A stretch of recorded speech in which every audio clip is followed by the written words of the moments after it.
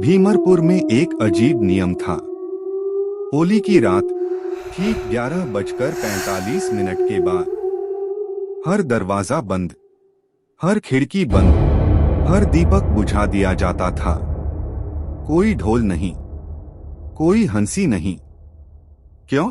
क्योंकि 15 साल पहले एक लड़की की मौत होली की रात हुई थी। उसका नाम था राधा। लेकिन गांव वाले कहते थे वह मरी नहीं थी, उसे रंग ले गया था। राधा 17 साल की थी। होली, मंदिर जाने वाली, सबकी मदद करने वाली। उस दिन गांव में जमकर रंग खेला जा रहा था। कुछ लड़कों ने जबरदस्ती उसे पकड़ लिया, उस पर काला रंग फेंका, जबकि गांव में काला रंग कोई इस्तेमाल नहीं करता था। राधा डरकर भागी, पुराने शिव मंदिर की सीढ़ियों पर पहुंची।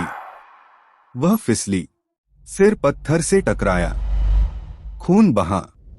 लड़कों ने सोचा वह मर गई। वे भाग गए, लेकिन सच्चाई कुछ और थी। राधा मरी नहीं थी, वह सांस ले रही थी। उसने हाथ बढ़ाया था, कोई है। लेकिन होली के शोर में उसकी आवाज दब गई।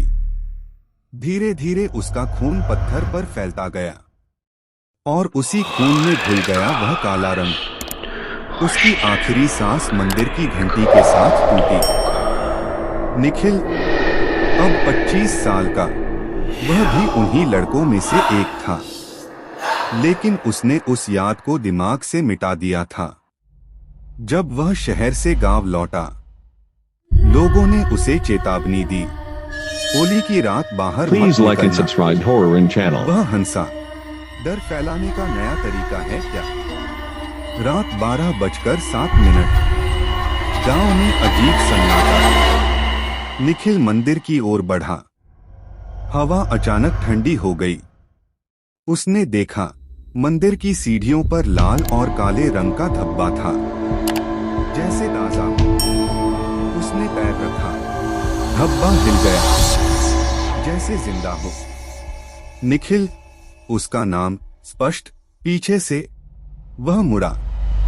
राधा खड़ी थी, चेहरा काले रंग से ढका, आंखों से लाल तरल बह रहा था। उसकी आवाज 2 जगह से आ रही थी, एक सामने से, एक निखिल के दिमाग के अंदर से। मैं मरी नहीं थी, मैं इंतजार करती रही। तुम सब भाग गए। निखिल चिल्लाया, हम बच्चे थे। राधा मुस्कुराई, लेकिन डर इंसान को बड़ा बना देता है। अचानक उसके दोस्तों में से एक, करण, जो घर में बंद था, उसके कमरे की दीवार से काला रंग रिसने लगा। वह चिल्लाया। अगली सुबह वह मृत मिला, चेहरा काला, आंखें खुली, कोई घाव नहीं। अगले दिन विशाल की मौत, फिर अमित। हर मौत के बाद मंदिर की दीवार पर एक नया शब्द उभरता। 1, 2, 3। अब बचा सिर्फ निखिल। वह भागकर शहर चला गया, सोचा बच जाएगा। लेकिन होली की रात उसके फ्लैट में अचानक काला पाउडर फैलने लगा। एसी बंद, दरवाजा बंद, फिर भी हवा चलने लगी। आईने में उसने खुद को देखा। उसके पीछे राधा खड़ी थी। उसने कहा, तीसरा रंग बदला था, चौथा रंग आत्मा है। उसने निखिल के चेहरे को छुआ। निखिल की चीख पूरे अपार्टमेंट में गूंजी। फ्लैट का दरवाजा तोड़ा गया।